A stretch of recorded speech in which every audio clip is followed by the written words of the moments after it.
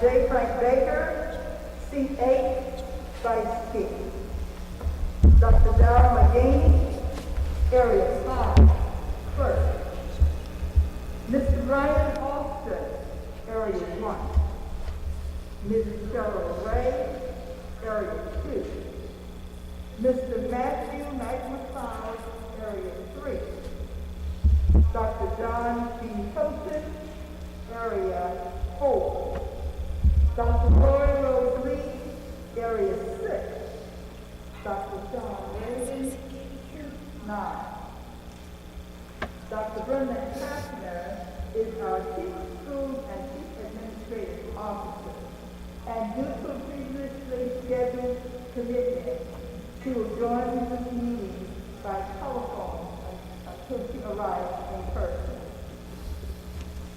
Amy Henson is our administrative manager. This meeting is now called to order. Welcome to Crestwood High School. I want to thank Principal Dr. Shirley Gamble and her staff for hosting this meeting. Thank you, Dr. Gamble and staff. Are there any objections to approval of the agenda? Hearing none, the agenda is approved. Trustees, are there any announcements at this time? Madam Chair, Yes, Mr. Olson. I would like to take this opportunity to recognize staff and students in Sumter School District.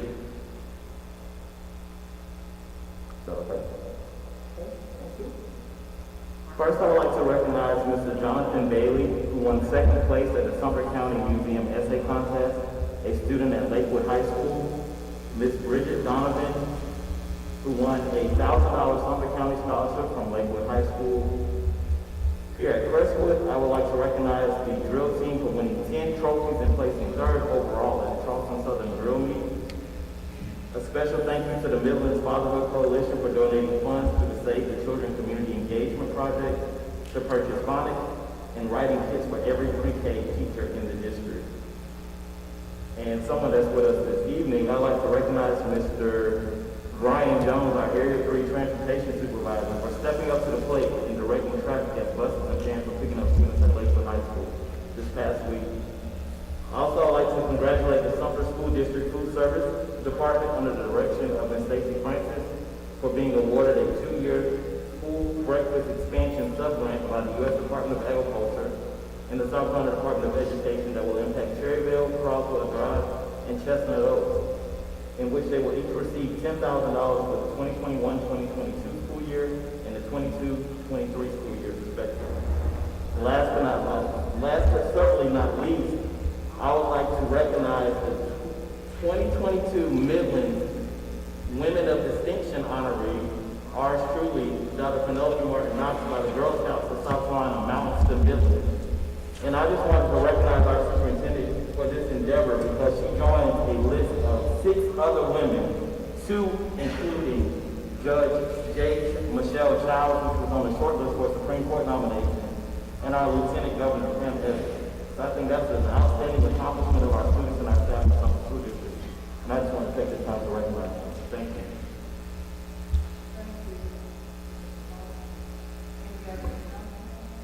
Madam Chair. Congratulations to Curtis Johnson for being named Region 5A Athletic Director of the Year. Congratulations and job well done to him. Alice Job, FBLA chapter, is being recognized this evening, and congratulations to them as well as they attended the State Leadership Conference as they competed.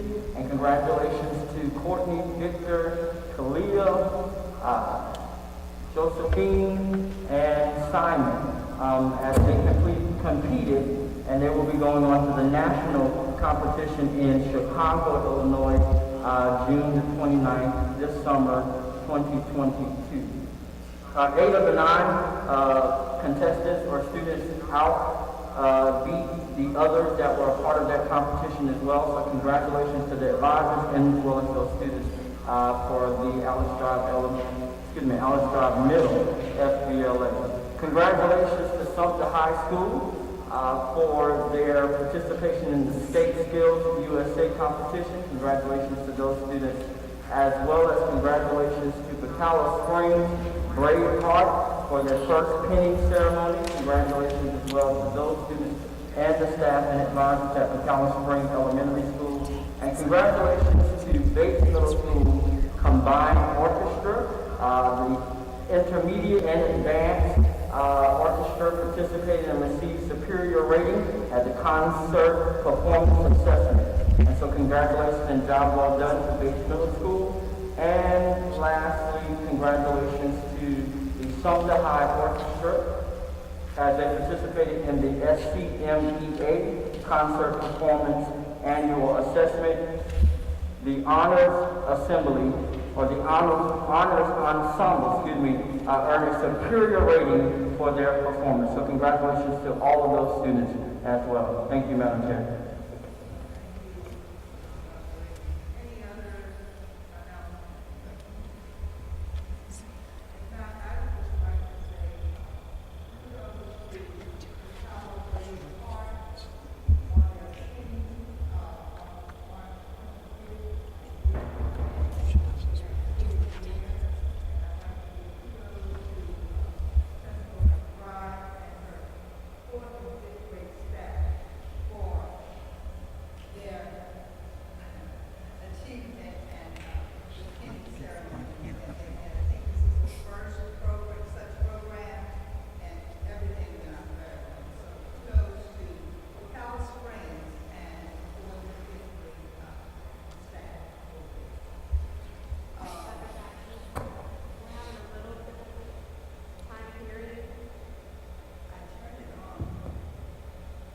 Okay, it was on before, I don't know what happened.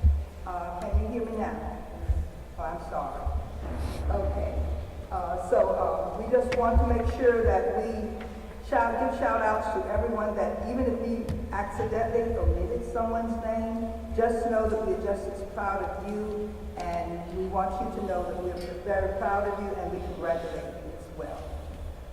Are there any other announcements coming from the board? If not, I'd like to ask Dr.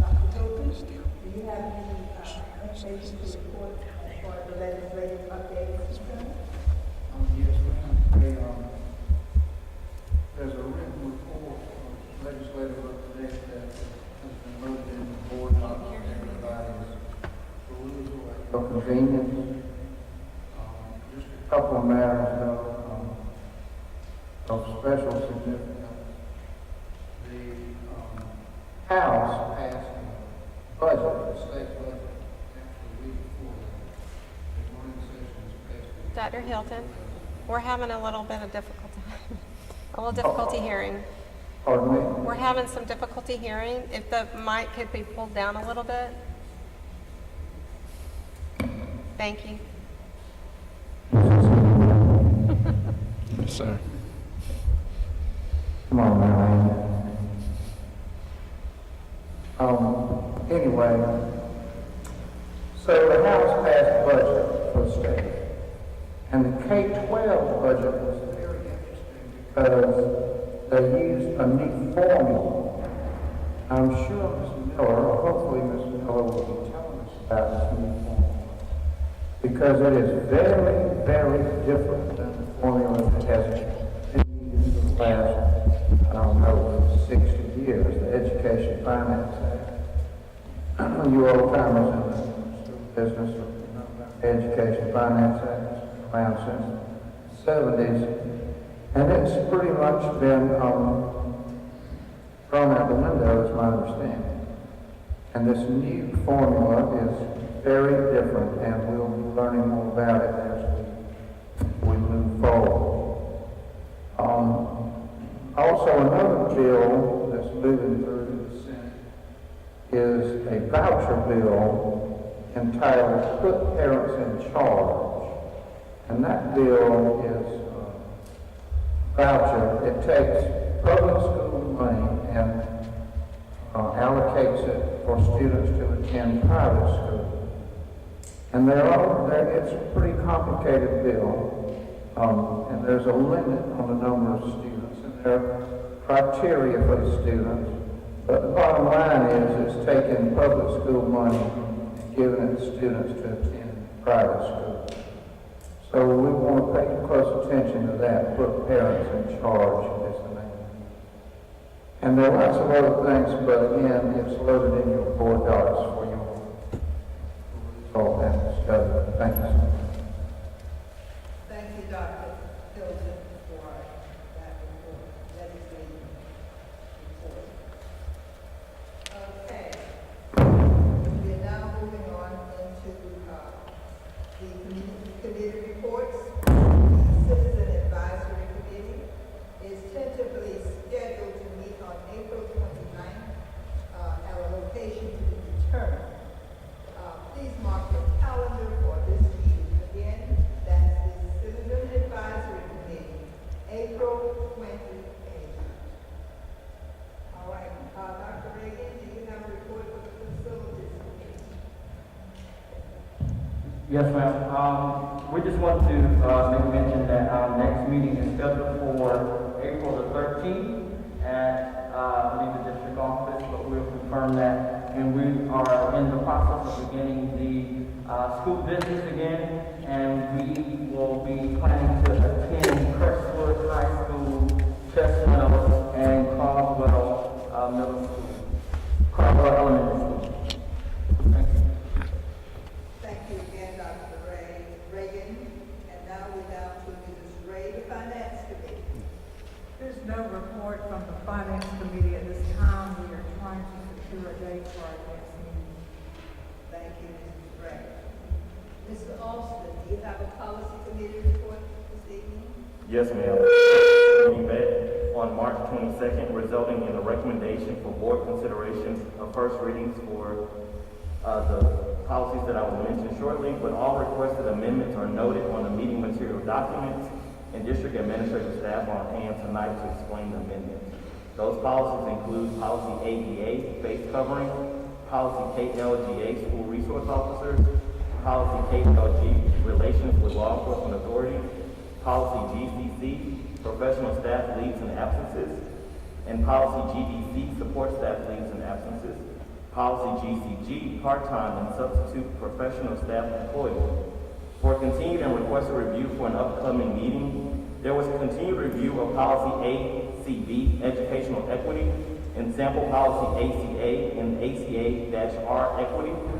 Discussion included identification of a budget line item to cover the cost of an equity audit. The audit is estimated at $20,000. In accordance with policy BEJ, budget transfers, a budget can be transferred within function. As a result of this information, a budget line item has now been identified, and this expenditure has been deemed an exemption from the procurement process based on exemption 6G and GI. Requested review of attendance policies, starting with a request to review the policy related to school zone attendance for children and staff members, and request to review a policy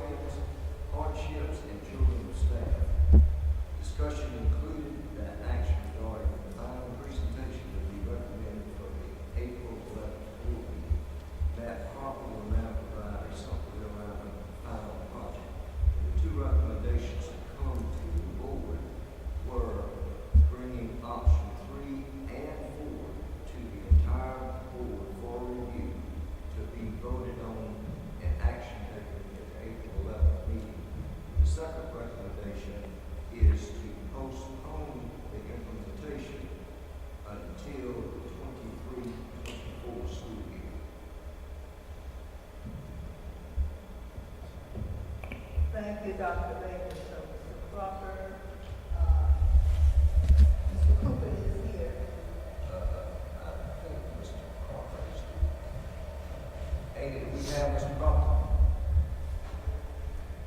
He's going to be turning around on the screen.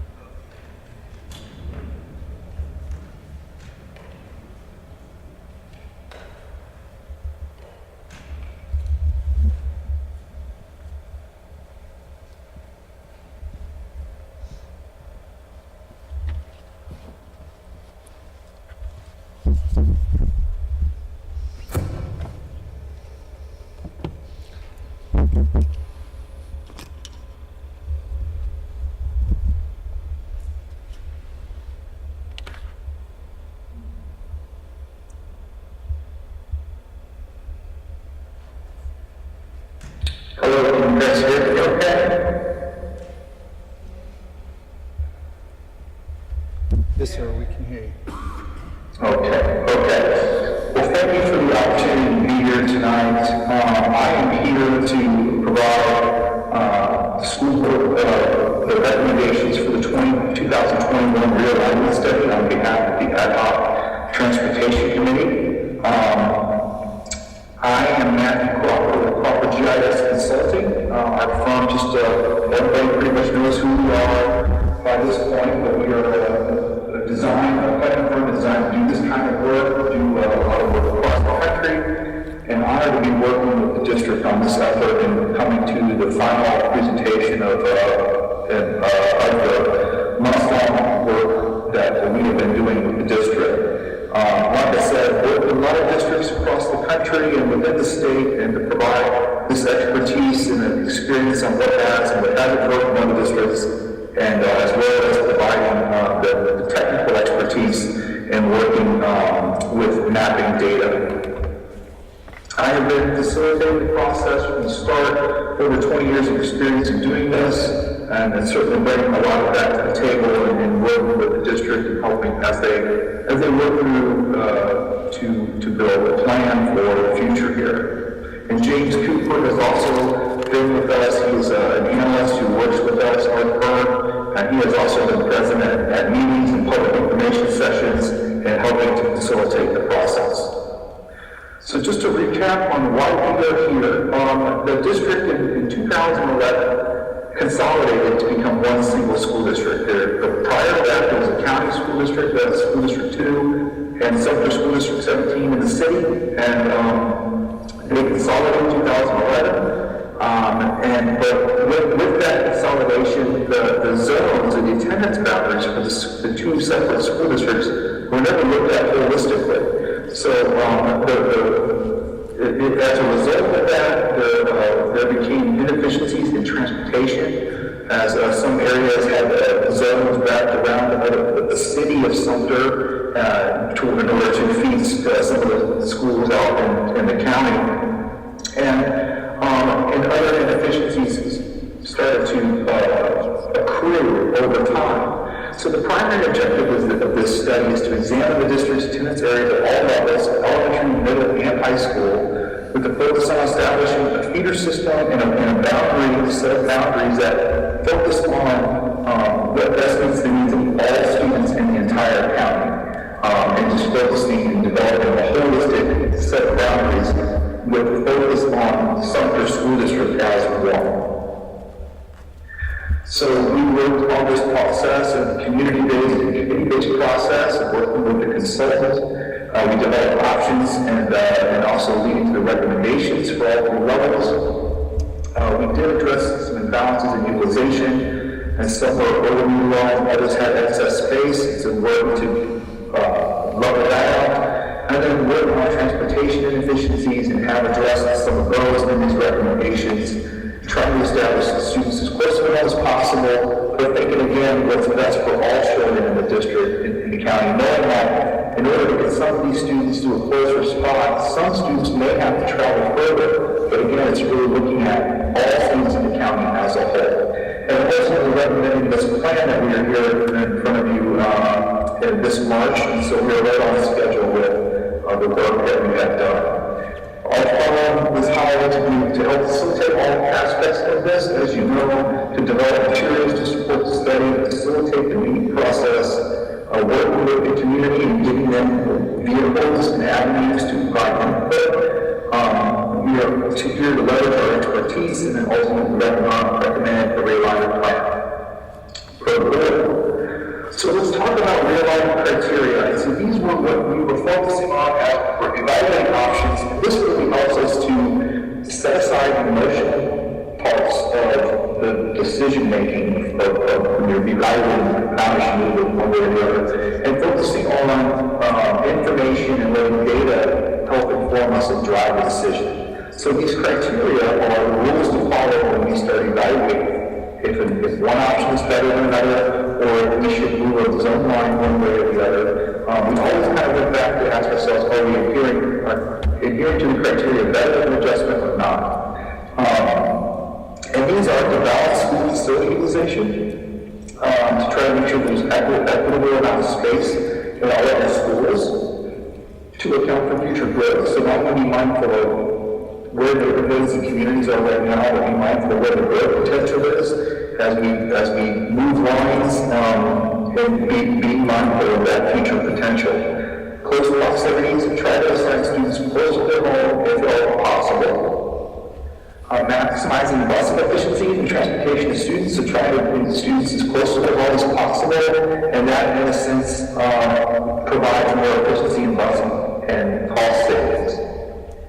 So establish clear patterns and continuity, so be mindful of the percentage of schools that split from elementary to middle, and try to make sure that if the school does have to split, try to make sure that it's a balanced split and not a very imbalanced split. But if at all possible, try to have an entire school feed into the next level. And so that's something that we monitor and track throughout this process. Allow the highest grade at current school to legacy enroll. So this is basically more of a policy component of the criteria that we commonly see. And this just further reduces the impact on students to allow students who will be in the final year of their current school, or 5th grade, 8th grade, or 12th grade, they can continue to the same school that they're at right now and not be realigned, provided that they have transportation to the school. Siblings are also not eligible at this point to attend with their student who may participate in this legacy enrollment provision. So that's another way to further reduce the impact. You give those kids who are in the last year the opportunity to finish out if they choose so. Minimize the impact on students, so we've been counting how many kids have moved in any option and trying to provide a solution that moves as few students as possible, if at all possible.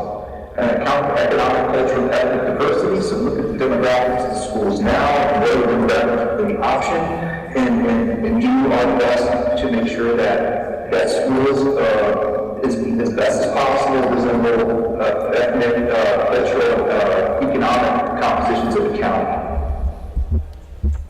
Contiguous zones, so don't draw a separate zone that's separate from the main zone, say an apartment complex or a neighborhood that's separate, have it transported into an area. That's something that we want to be able to do, and we have not done that. And use major roads and natural boundaries where it's feasible to define attendance zones. So try to draw lines along major roads or in railroads, other types of things that can make it easier to define or describe how a boundary is shaped is always helpful. It also helps minimize students crossing over major roads and things like that. So these criteria are all in no particular order. The best plan is one that touches on all these criteria as best as possible.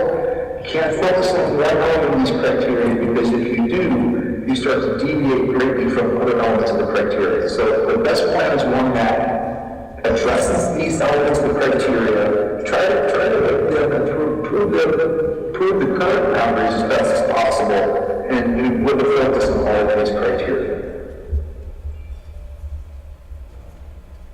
So in our timeline, we started in July, been working along, had a public information session at the beginning in September, a whole series of committee meetings going through the fall. We had a public info session in December, and then another one in February, and then we had committee meetings in between to talk about the results and just ongoing discussions of the maps.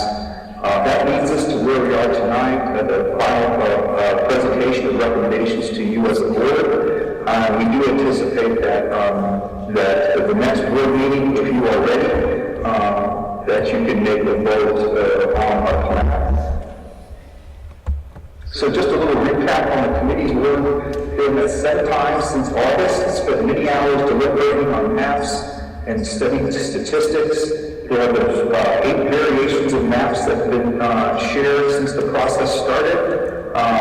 And we started with 2 draft options, and the options were generated based off of feedback and input from the committee and also the public. We did look at all kinds of information, and we had a really robust packet of data that every needs to study information on enrollment capacity and demographics. All information that helps support the evaluation of maps as it relates to those criteria. And it should be noted that options are considered draft or still draft, even though the committee's work is done at this point and it's in your hands. These maps are still considered draft and subject to change if it's chosen by the board. So let's talk a little bit about the public's involvement. They have had an opportunity to participate in the process since the beginning. We have shared materials with them at a webpage that we have been, the website that we have been managing, which is SumterRealignment.com. There's been an online feedback form there where anybody can go at any time and provide input. We've been tracking those comments on a daily basis as they come through. We've received hundreds of those comments on that form related to the realignment, and there's a lot of useful input provided through that. The public were welcome to attend the committee meetings as observers, but they were not able to participate in those particular meetings. And then finally, we had public input sessions at all 3 high schools in December and February, where we came to the public at all 3 high schools, shared background on the process, kind of like this, as well as sharing the draft options that were being considered at the time. Had a lot of good conversations with members of the public from all communities around the maps and things like that at these public information sessions. We had all the public information sessions in December. We had the first one in September, and that was more of just an information meeting. It was not open for, it was not on site, and it wasn't open for discussion. It was just more of an information delivery to the public. In December, when we did our presentation at all 3 sessions, we had about 75 people attend the sessions, and 143 people responded to the survey through the course of that time frame. And then in February, we had about 200 people come out between all 3 locations, and we had about 300 respondents participate in the online forum as of March 17th. So we did get a good surge of input from the public and other information as it relates to the options that were considered in February. In February, we did bring forth options 3 and 4 to the public. And these were at the committee prior meeting before that. The committee chose to bring these options forward to the public for their consideration, review, and input. They felt like options 3 and 4 best met the objectives and criteria overall as a whole. When we got to the final meeting in March, the committee did make a minor adjustment to both options prior to the recommendation. That adjustment was the current boundaries cut through the middle of the Shamps Road, so a change was made to keep all of the Shamps Road in the same school. Also, in talking with the Board of Realtors and also input from the members of the public, there is a future potential housing development off the Shamps Road, but the current line would actually have cut the subdivision in 2 different schools. So an adjustment was made to better adhere to the overall criteria, accounting to avoid a future split subdivision, and then also aligning with some community and adjacent community for neighborhood continuity.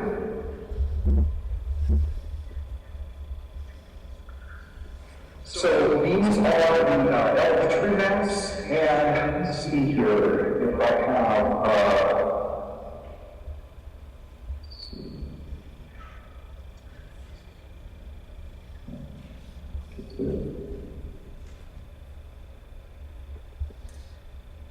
with me for 1 second, please.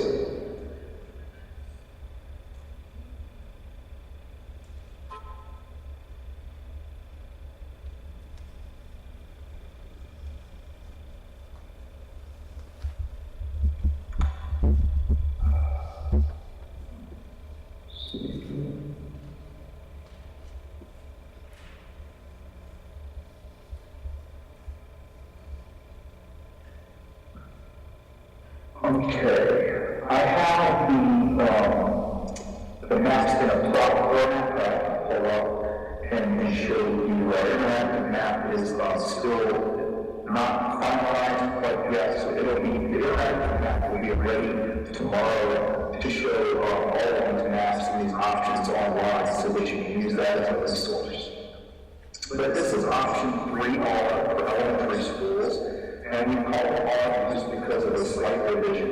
So this is a map you can see in this particular map, option 3, R, Rapid Creek extends into the Oakland Shaw Heights and High Hills area, and Hills area into Rapid Creek. Also within the city, and let's see, pull up another map here.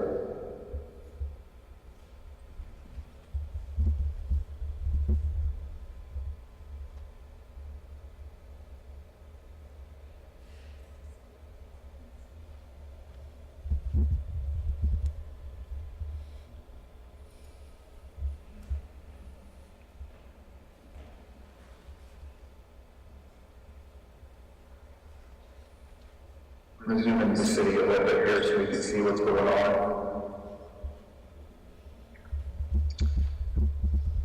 In option 3 also some of this eastern section of Cherryville feeds into Alice Drive Elementary School.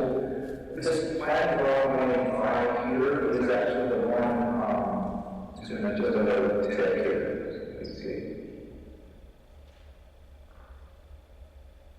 Planning on 95 is the one that was adjusted. This is Shamps Road, and then this planning block is the case with other communities on Shamps Road. And so in this particular case, this goes into Norwood.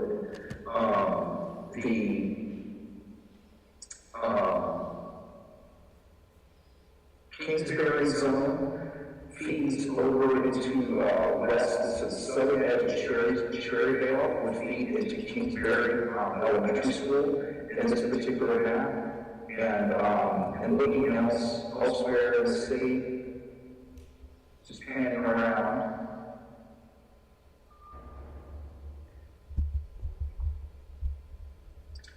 There is a small section here that is Willow Drive that goes to Croswell Drive. That's really close to Croswell, and that's really done more for human pattern continuity in this particular area.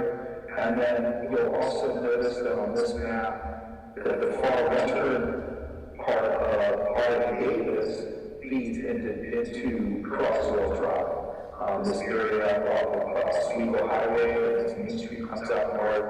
This area feeds into Croswell Drive. You'll see that as a common thread in both options between 3 and 4. Looking at option 4 for elementary, it does, the options 3 and 4 for elementary are very similar. They do not differ very greatly. And if by a whole lot. You'll see that you still have the same area from Already Davis that feeds into Croswell Drive Elementary School. And zoom in here. Okay, across. I'll come out and look over here into the Oakland High Hills and Shaw Heights. This area is the same areas of Oakland, Shaw Heights, and High Hills feed into Rapid Creek, as I had talked about with option 3R.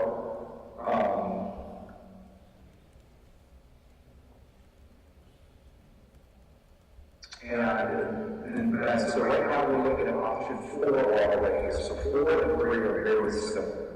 And then I'm going to zoom into the city area.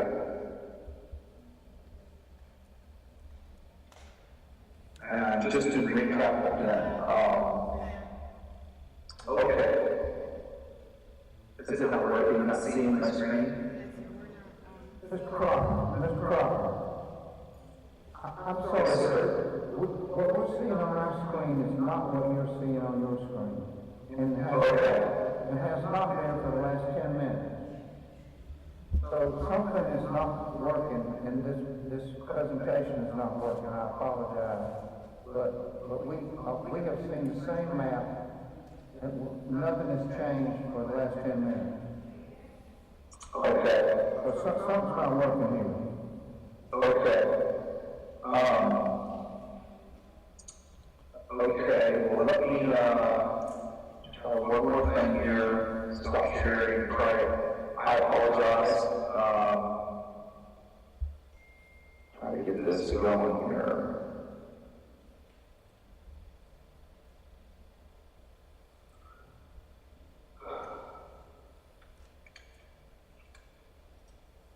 Okay.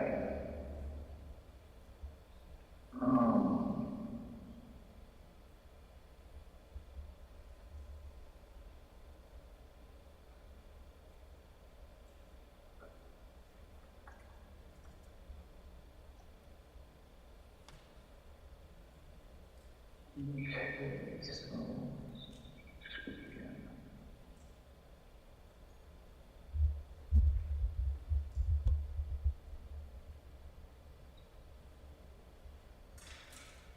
okay.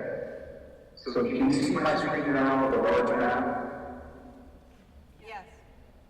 Okay. I apologize for that. Just give me a heads up because I can't see what you guys are seeing, and so it's a little more challenging.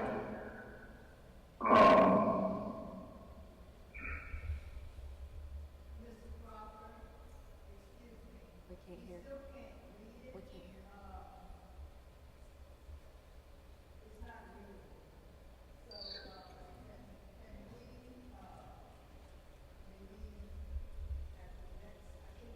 We can't hear. Okay.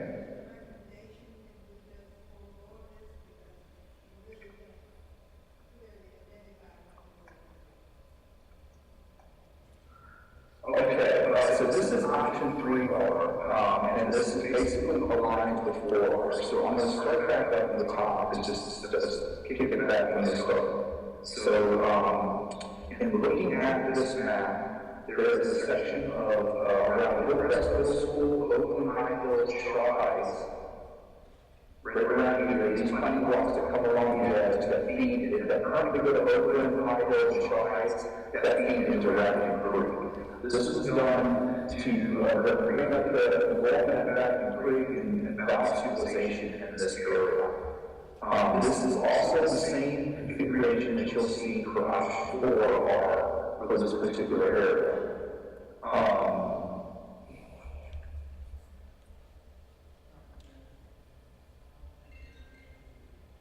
Okay, so, and then if you look over further Crestwood, this is a section of R.D. Davis that is currently R.D. Davis that would feed into Croswell Drive Elementary School. So this is the area I was talking about that has Oswego Highway and Main Street coming out, and these feed into Croswell Drive Elementary in both 3 and 4 from R.D. Davis.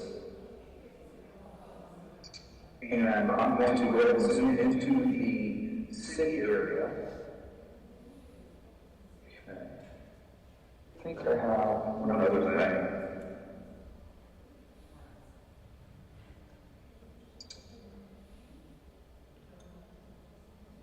Bear with me, guys. I'm trying to make this as easy for you as possible here.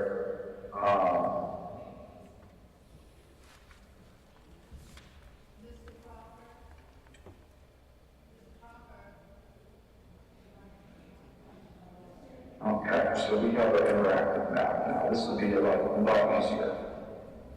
Mr. Crawford? Mr. Crawford? Okay. Mr.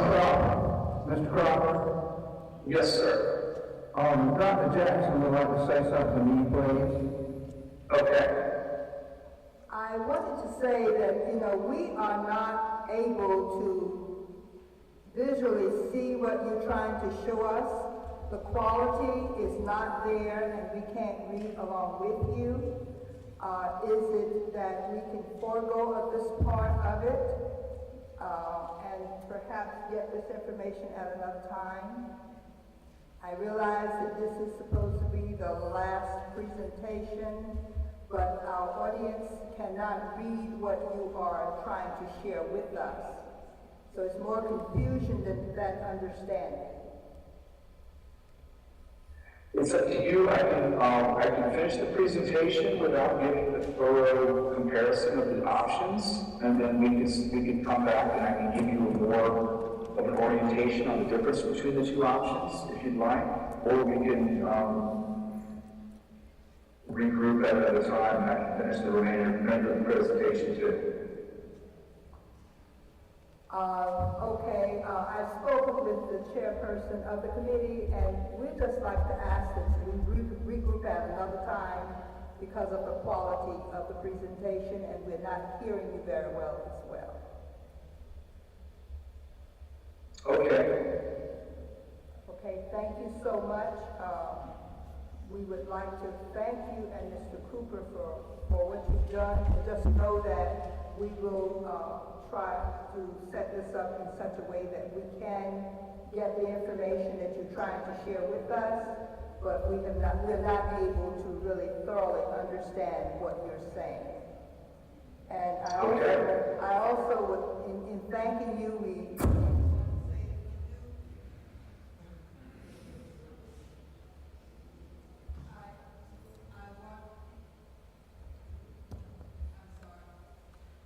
I'd like to also say that we do appreciate the work that you've done along with Mr. Cooper, and just know that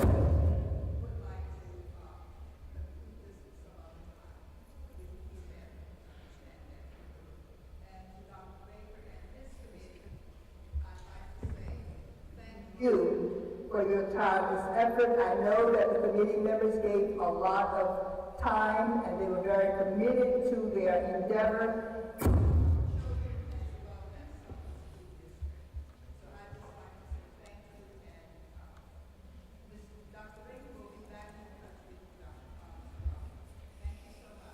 Madam Chair, if I may ask of this body, can we make these handouts readily available on the district website as opposed to just being on the realignment page for public consumption in the interim, so that the public can actually see the school board recommendations as well as the report from the committee?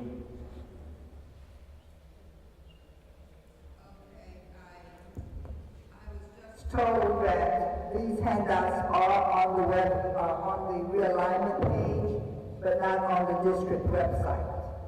So you can go and see these handouts that the report that he was trying to give. You can go to the realignment page and you will the opportunity to see exactly what it states. And we're having technical difficulties. And we do apologize tonight.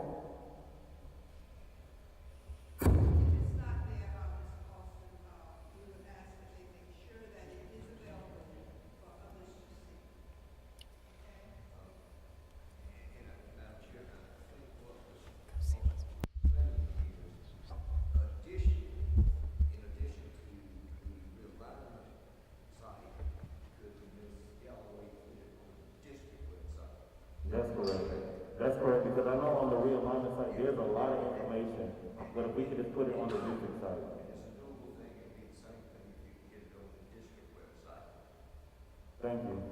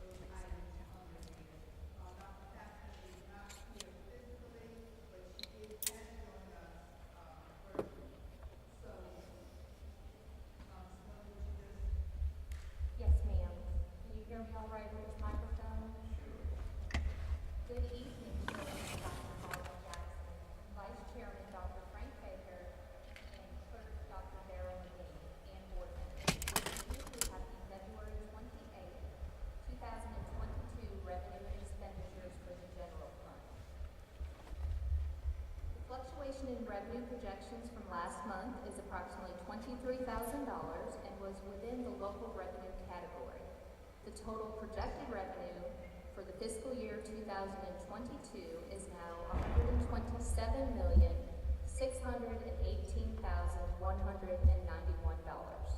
Next, moving on to the expenditures, we are continuing to evaluate salaries and benefits. As previously discussed, as we proceed through the year, our projection of payroll expenditures becomes more precise. At this time, we have reduced the payroll projection by approximately $688,000 and increased contract service expenditures by approximately $63,000. This takes the overall expenditure projection to $129,381,490.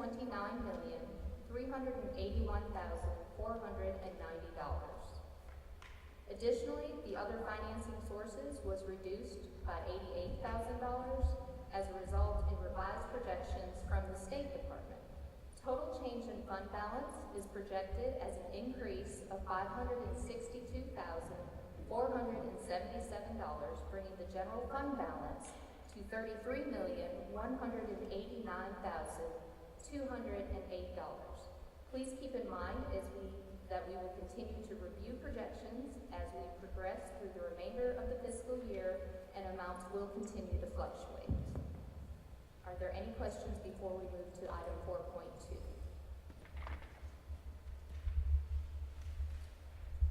Are there any questions? All right, moving to 4.2, you have the capital project funds in front of you, starting with funds 519 through fund 527. I'm not going to go into details of that, but if you have any questions related to capital projects, I can take those at this time.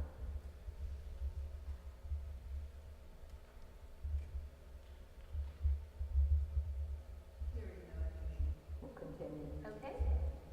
Lastly, we're going to move to item 4.3. 4.3, this is the Office of Finance budget presentation. This evening, we are discussing the Sumter School District finances and the budget process. Ms. Hanson will be pulling that presentation up, but the board was provided this information last week.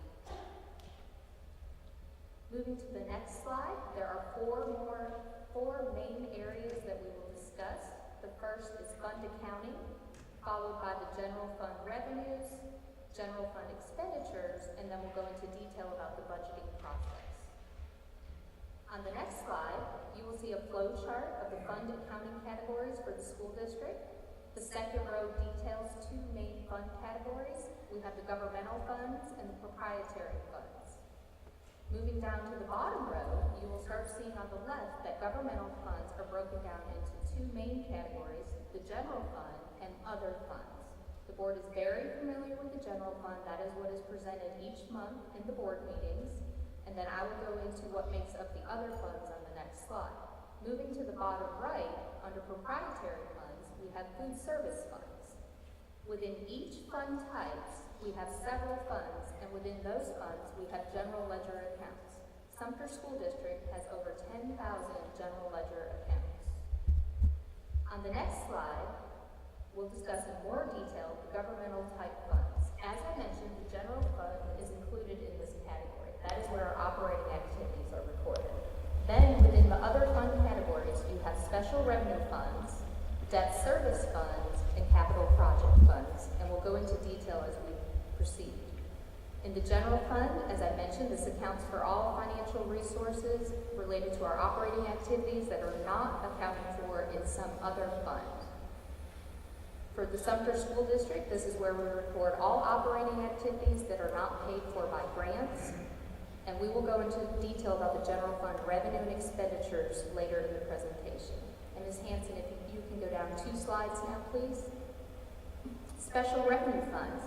This is where funds are legally required to be spent on specific items, and if they are not spent, they must be returned to the grantor. As such, there is no change in the fund balance, and the revenue must equal the expenditures. This is where the district records all our grants, our Education Finance Act funding, EIA funding, and our pupil activity, the school level revenue and expenditures. Next, debt service funds. For the Sumter School District, the debt service fund is where we record all of our debt transactions. This includes our debt service property tax revenue, along with any debt that we issue or pay during the year. Each year, Sumter School District currently issues a fall and spring 8% bond that is used for capital improvements.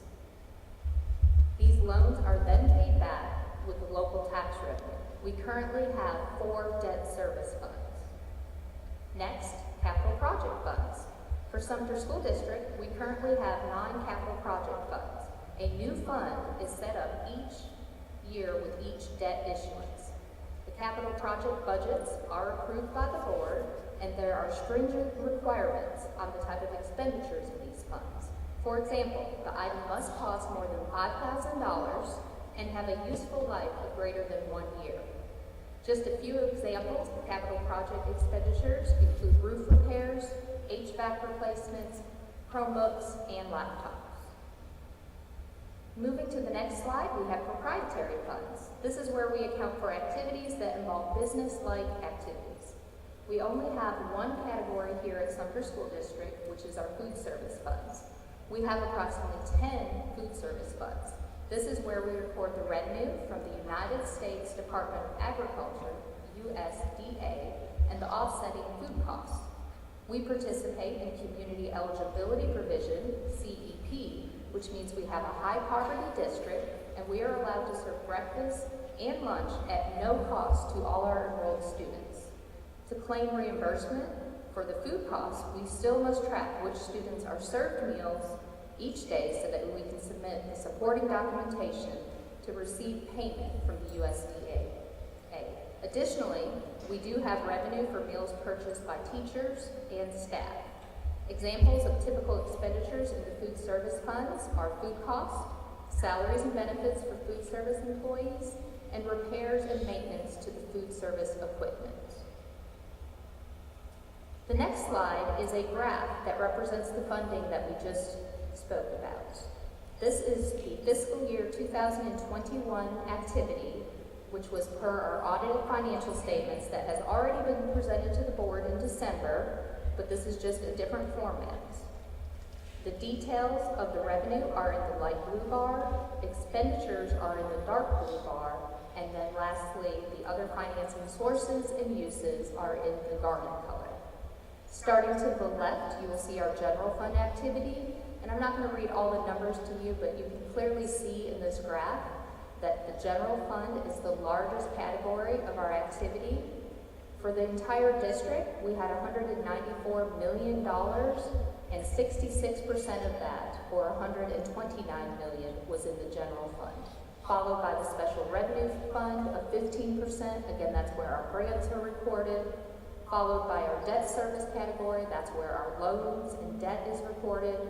Next, your EIA funding at 6%, food service at 2%, and then lastly, the capital project funds.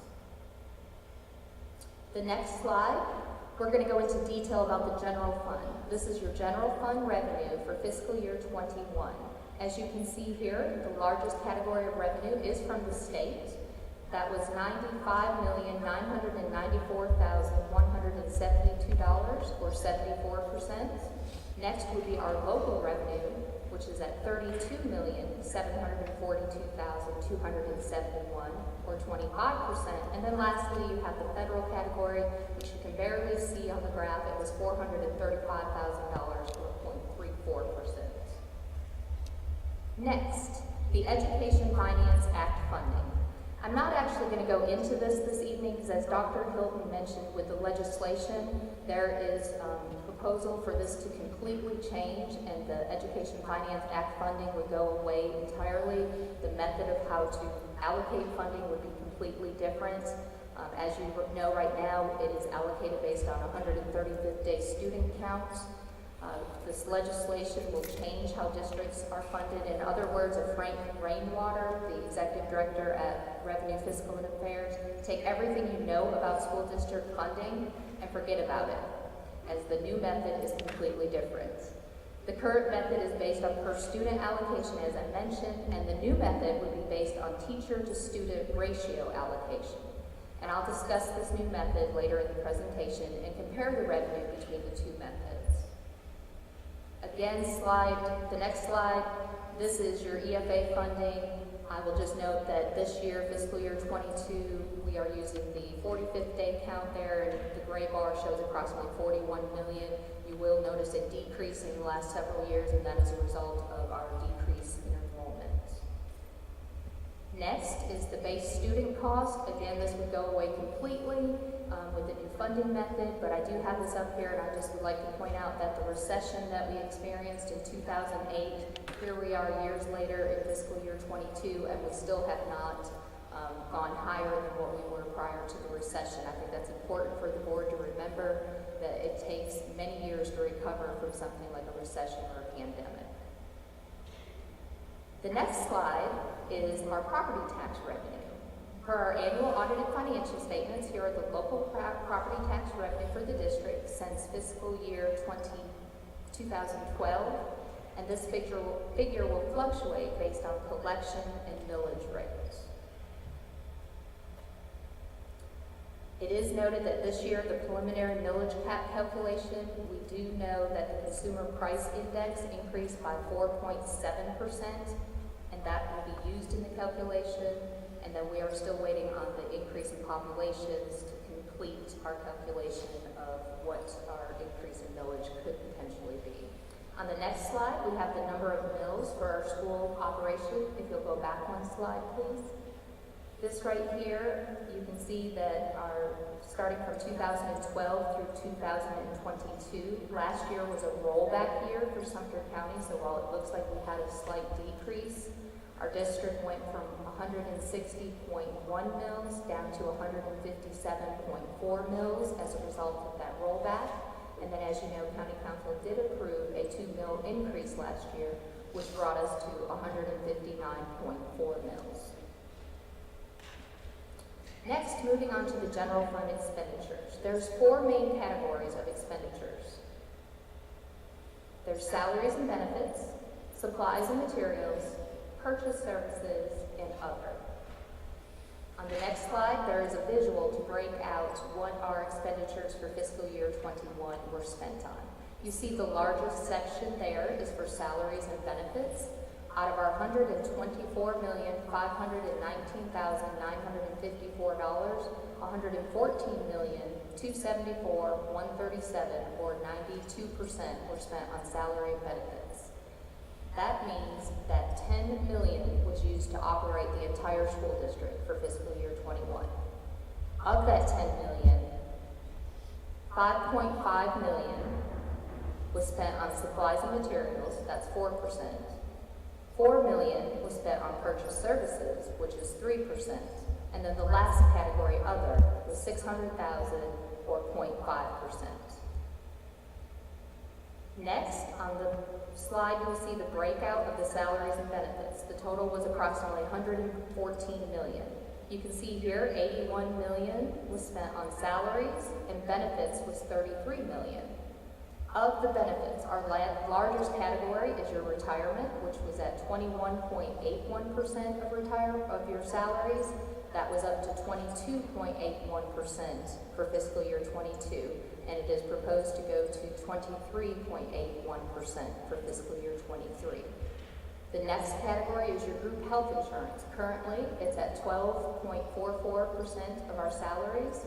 Then you have your Social Security, which is mandated by the IRS, which is 7.65% of salaries, followed by workers' comp, which was approximately 0.72%, and lastly, unemployment, which is approximately 0.14%. On the next slide, we break down the salaries and benefits between instruction and support services. Again, $114 million. You can see for instruction, which is activities dealing directly with the teaching of students or the interaction between teachers and students, $52.4 million was salaries and $21 million was spent on benefits. Support services provide administration, technical, personnel, and logistical support to facilitate and enhance instruction. We had $29 million of salaries and $12 million of benefits in the support service category. In other words, we spent approximately 64% on salaries and benefits for instruction and 36% on support service. And in that support service, that includes your building service employees, your food service employees, and your transportation bus drivers. Next, moving down to the general fund supplies and materials. Again, we talked about $10 million is used to operate the entire district. The largest category of that is in supplies and materials. Types of items that are in this category, you can see here, the largest one is going to be your utilities, which specifically is electricity. Then you have supplies, technology and software, supplies, textbooks for the students, library books and materials, and then inventory, which includes your cleaning supplies for your building service workers. On the next slide, you'll see a graph that breaks out how these funds are spent. In fiscal year 21, the largest category, as I mentioned, was for utilities. So of the $10 million to operate the district, $3.6 million was spent on utilities. That's a cost that we cannot opt out of. We have to incur. That was $3.6 million of the $10 million is for electricity. The next largest was supplies and materials of $1.5 million, followed by technology and software supplies of $175,000. Next, your library expenditures at $99,000, followed by textbooks at $88,000, and then your other category of approximately $10,000. Moving on to general fund purchase services. There's an entire list here. I'm just going to highlight a couple of those. Property insurance, again, that's general liability coverage for our facilities. Our rental fees, if we have any leases. Our repairs and maintenance for our buildings. Technology service, our legal services, our audit services, all of those are considered purchase services. On the next slide, you'll see a breakout for fiscal year 21. And you'll see here that property insurance was our largest category. This purchase services was $4,858,000, or 21% was for property insurance. That's your general liability insurance. Followed by rentals, which is for our copier lease, our leases on our copiers, $640,000, or 16%. Next was our repairs and maintenance for our facilities, $630,000, or 15%. And then I'm not going to go into the detail, but you can see the ranking of expenditures in this graph. The last category of expenditures on the next slide is other. This is where we record pupil activity, debt principal, debt interest, dues and fees, transits, and other. In the other category on the next slide, you'll see the visual. This was $600,000 that was spent. You can see the largest category is pupil activity. That was $299,000, or 49% of this category was spent on pupil activity. These are funds related to the school-sponsored and interscholastic student activities. The next was our debt principal, $108,000, or 18%, followed by dues and fees of approximately $79,000, or 13%. Next was the expenditures in transit. This was $38,000. This is items that are flow-through in nature. This is where we have payments to the South Carolina Department of Education and other governments. That was 6%, followed by facility improvements at $27,000, or 4%. Interest on the debt was $25,000, or 4%, followed by other of $23,000, or 4%, and lastly, equipment for $7,000, or 1%. Next is the last section of this evening's presentation about the budgeting process. This is the process that we go through for the general fund revenue and expenditures that starts with the need assessment, then we project the revenue, we project expenditures, and then lastly, we make adjustments so that we can have a balanced budget. On the next slide, the first section, or the first part of conducting the needs assessment is the Human Resource Department and the Finance Department meeting to discuss the calculated teacher-to-student ratios. Next, the executive team meets with each principal to discuss their school needs. Then the superintendent and chief financial officer meets with each department head to discuss the department's needs. Next, the preliminary budget is discussed with the board, which is what we're doing this evening. We also obtain input from the Teacher Advisory Committee, and lastly, a public hearing takes place to obtain input from our stakeholders. For the projected revenue, we have to project the state revenue, and we also project the value of a mill. I have received preliminary numbers from the South Carolina Department of Education for fiscal year 23. However, as I mentioned, this year is unique. We have a new funding method that results in a large variation, and we'll go into that. Also, I will let you know when this information was provided to the board last week, late Friday evening, I received revised figures. So I have added 2 slides that we'll go to at the end of this presentation that do change these numbers based on those projections that I obtained late last week. The new funding method has raw figures that do detail an increase. And then our Tier 3 revenue also is projected to have an increase. And as I mentioned, I'm working with the county to work on the value of a mill. On this slide here, you will see the current method of how we're receiving funding, and that is $71,313,290. The new method, as of the March 3rd version, was $77,903,758. And you can see there that calculates to a $6,590,468 increase just based on the raw data. But what's important to notice here, there's 2 rows that are in green font. The EIA students at risk of school failure for $1.9 million and the EIA aid to district, $506,000. Those revenues are actually recorded in other funds. They're not recorded in the general fund. As I mentioned, that was part of the special revenue funds, the EIA funding. Well, those revenue line items are now going to be collapsed into the general fund. Unfortunately, the bad news about that is those funds already have expenditures. We already have salaries coded for student at risk of school failure in that fund that utilize that revenue. And the same is true for the aid to district. We already have items that are paid for with that.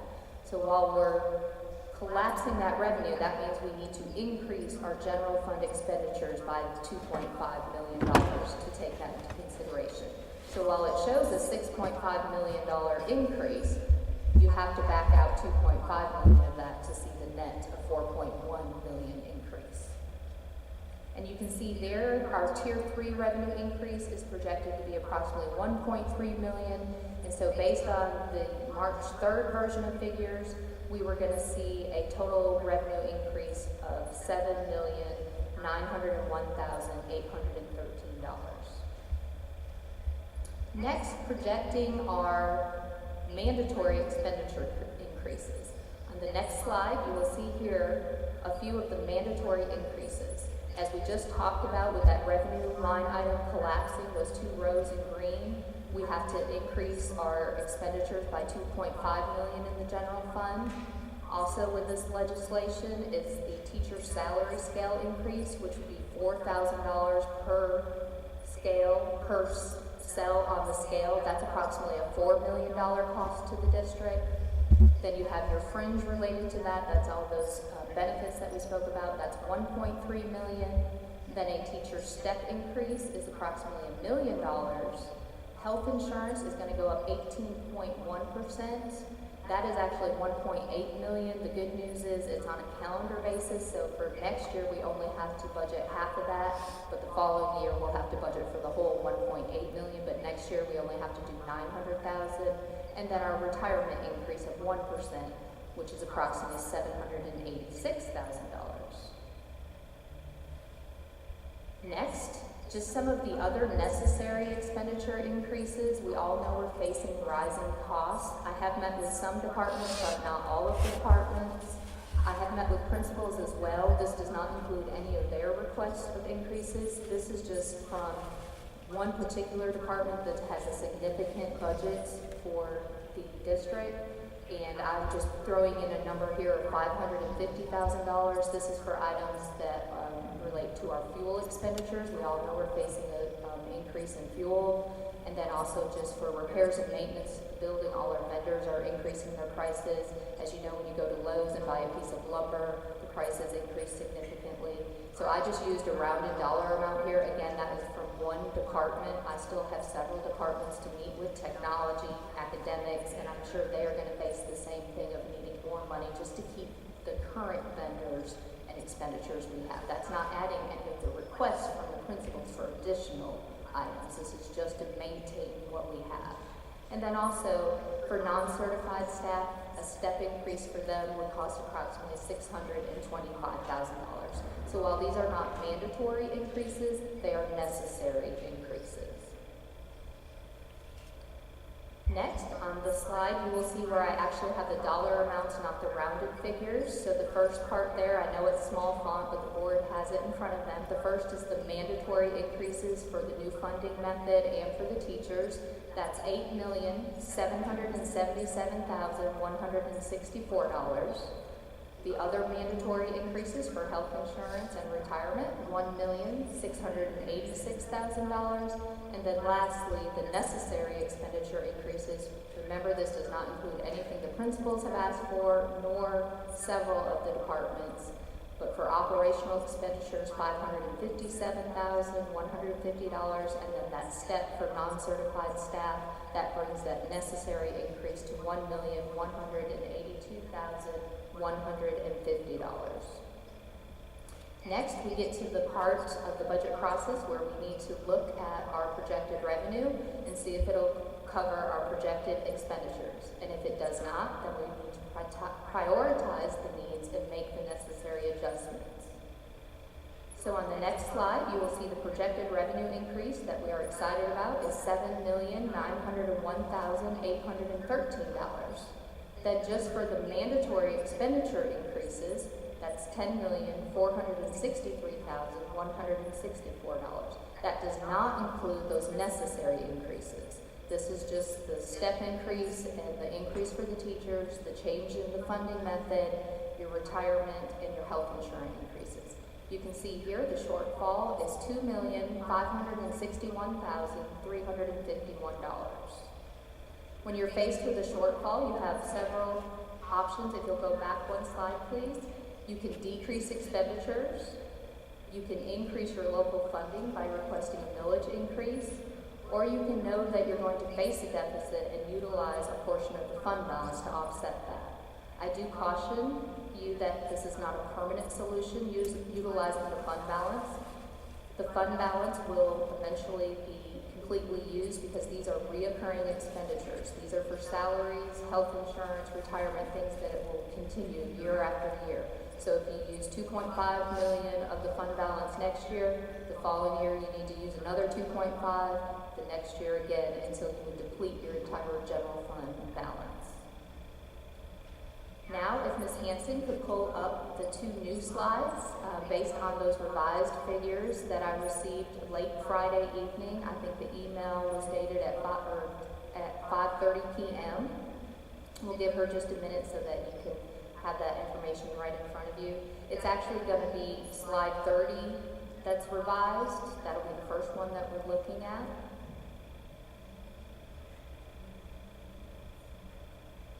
The good news is I can tell you that the figures did increase. You can see here your current method for fiscal year 22. They did adjust that slightly for one of the line items, so you can see the current revenue $71,217,760.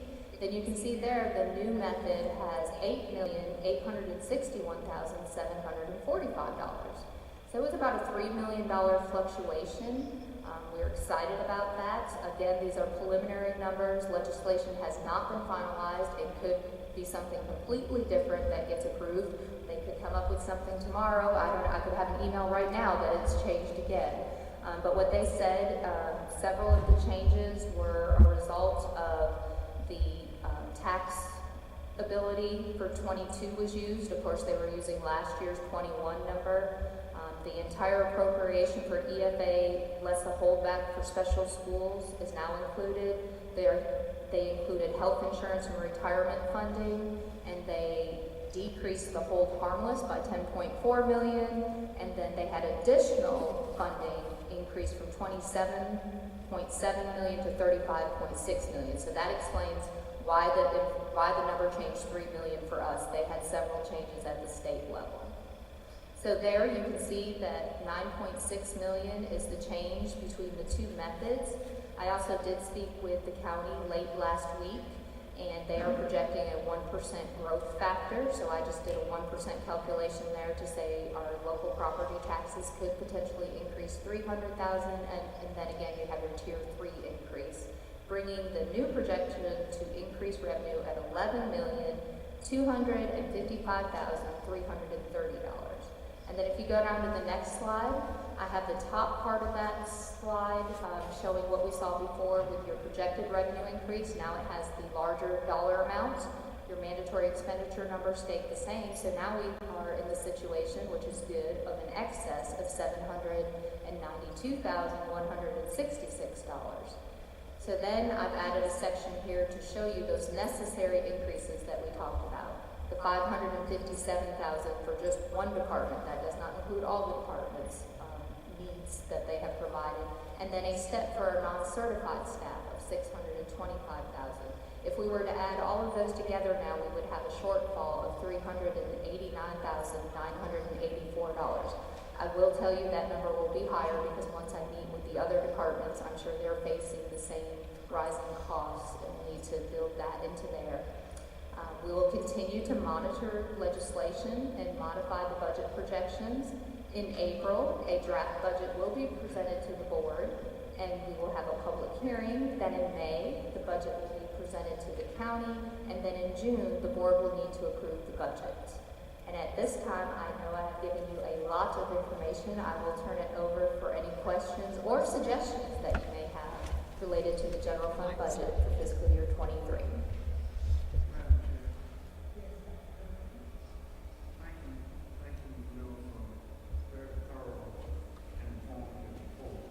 You're welcome. So in 25 words or less,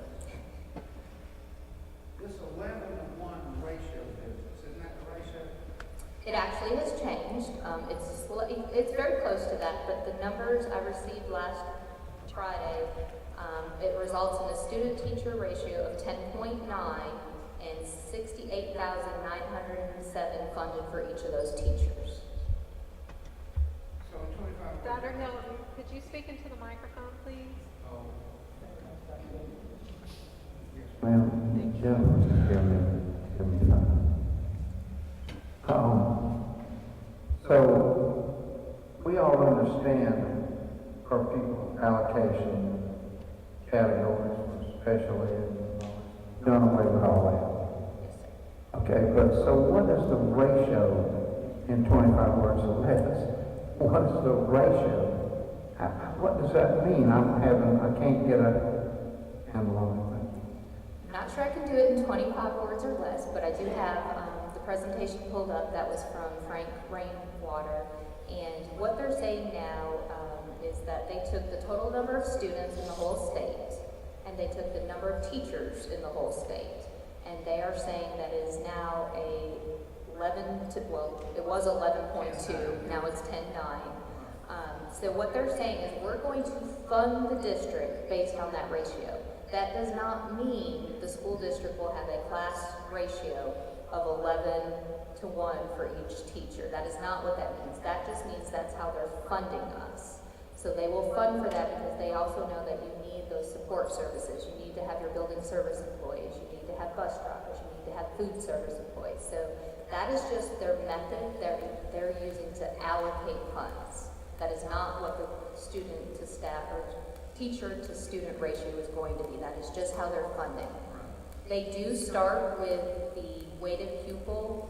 I'm trying to get to that page here. They are going to do what the school's share to receive that fund is based on the proportionate of the total weighted pupils and the district's ability to pay. And so what they're doing is they're still using our student count, and they still have weights for students that need additional services, but they are changing the weights of those. The board has had a presentation before. The average, just a weight of 1 is what your general education student would receive.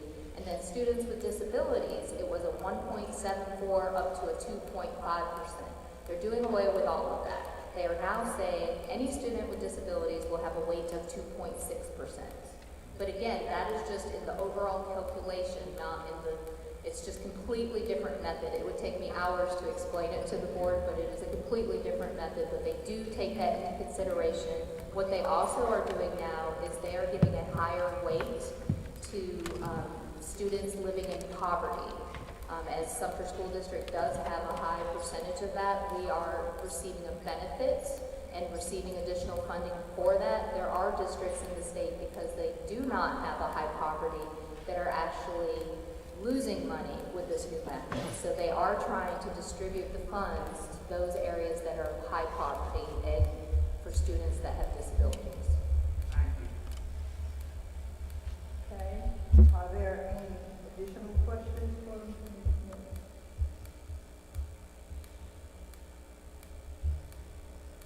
If not, I'd like to thank you for your thorough report, and we do appreciate all the information that you've given.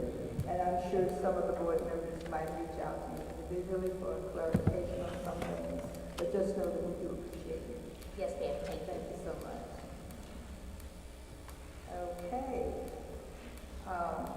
Per the agenda, the board will now enter into executive session.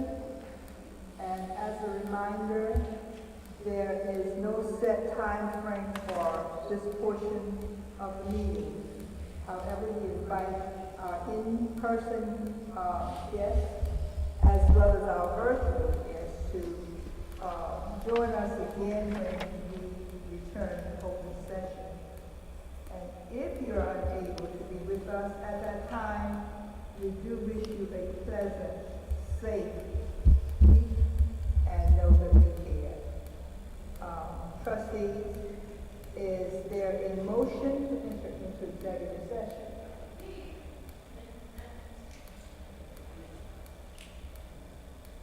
Is there a motion to enter into executive session? Madam Chair, I move to enter into executive session for receipt of legal advice concerning a pending claim on behalf of Dr. Martin Knox and receipt of legal advice concerning pending suit on behalf of the Sumter concerned clergy and others. There is a motion and a second that the board enters into executive session for the receipt of legal advice concerning a pending claim on behalf of Dr. Martin Knox and receipt of legal advice concerning pending suit on behalf of the Sumter County concerning clergy and others. Is there any discussion? If not, please cast your vote.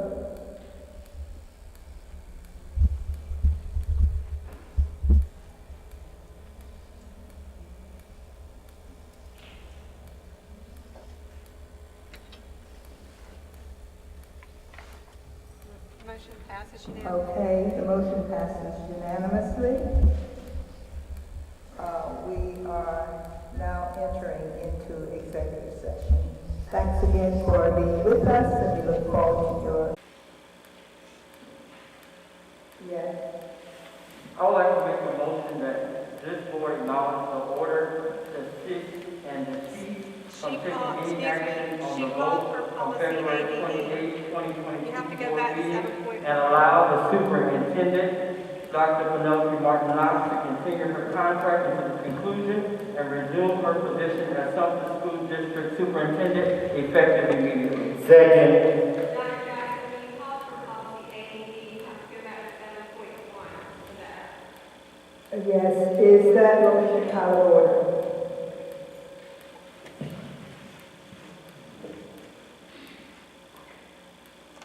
We would have to go back to 7.1 for that motion to be considered at this time. I can read it over. Just a moment, sir.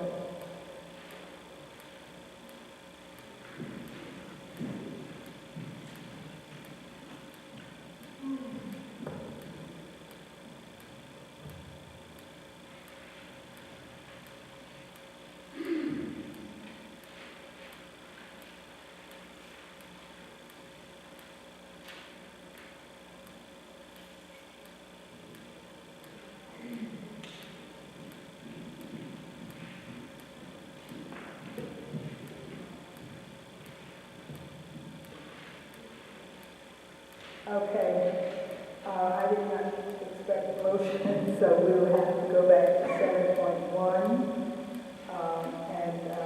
Is there any action related to executive session? Yes, Madam Chair, I'd like to make a motion. Yes, Dr. Reagan. I'd like to make a motion. The microphone is on. I've already made it.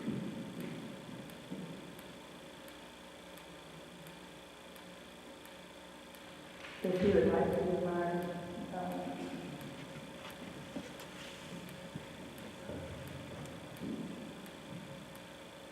Madam Chair, I'd like to make a motion that this board acknowledge the order to cease and desist from taking any action on the vote from the February 28, 2022 board meeting and allow the superintendent, Dr. Penelope Martin Knox, to continue her contract until the conclusion and to resume her position as Sumter School District Superintendent effective immediately. Second. May I have that motion from the record?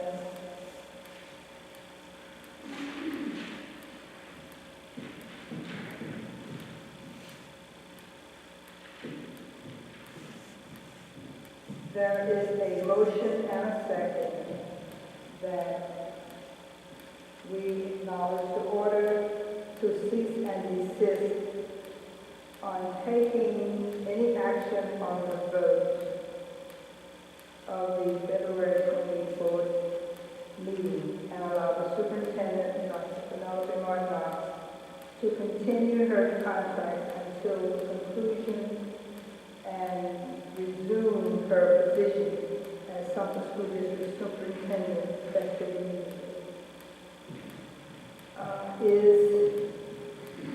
Are there any questions or discussion?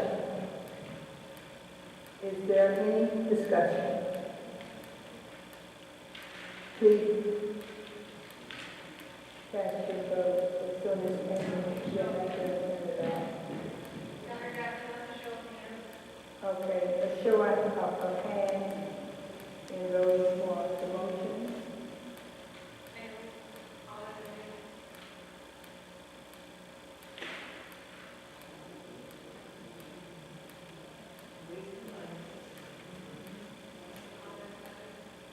All those opposed.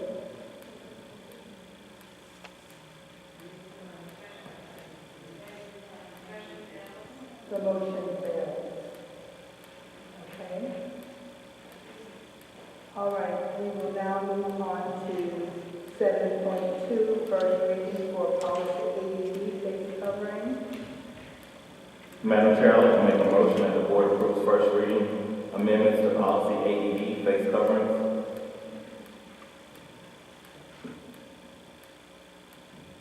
Is there a second? Second. There is a motion and a second that the board approves first reading amendment to policy ADD face covering. Is there any discussion? Please cast your vote.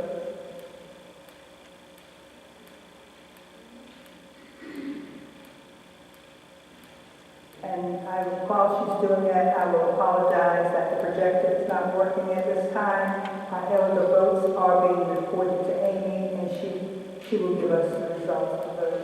It is unanimous? Unanimous? It is unanimous, so the motion passes.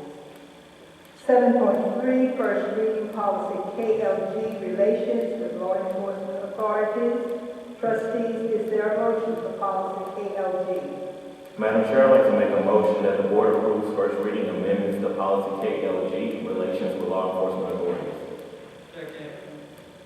There is a motion and a second that the board approves first reading amendment to policy KLG, relations with law enforcement authorities. Is there any discussion?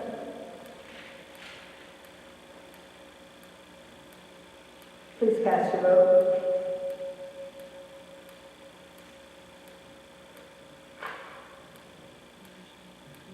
Unanimous? The motion passes unanimously. 7.4, first reading, policy KLGA, school resource officers, trustees. Is there a motion regarding policy KLGA? Madam Chair, I'd like to make a motion that the board approves first reading amendments to policy KLGA, school resource officers. Second. There is a motion and a second that the board approves first reading amendments to policy KLGA, school resource officers. Is there any discussion? Please cast your vote.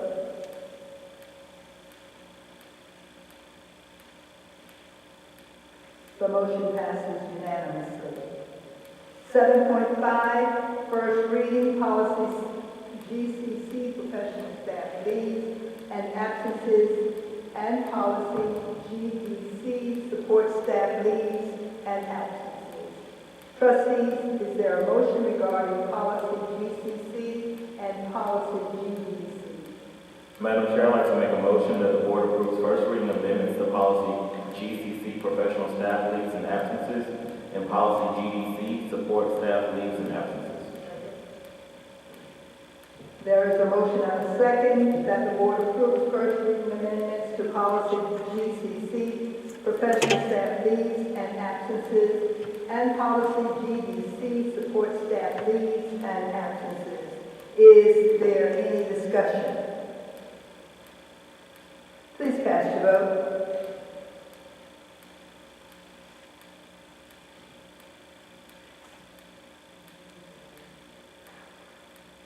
Dr. Reagan? The motion passes unanimously. Was that an affirmative vote, Dr. Reagan? It Yes, didn't ma'am. record. That was not unanimous? Yes, ma'am. Okay, so the motion passes unanimously. Yes, ma'am. right?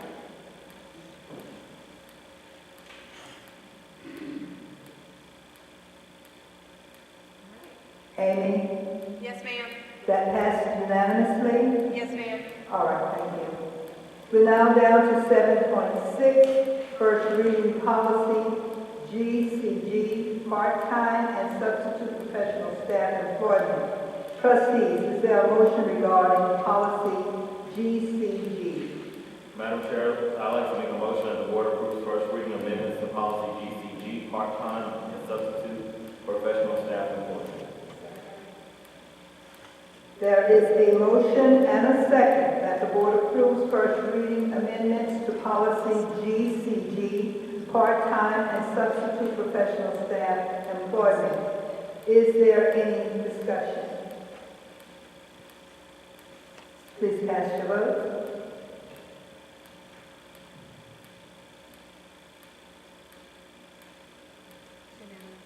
The motion passes unanimously. With no objection, the consent agenda will stand approved. Hearing none, the consent agenda is approved. I'd like to thank you for being with us this evening. Please continue to be safe, and without any further business, this meeting is adjourned at 8:45 p.m. Thank you. Time is be safe.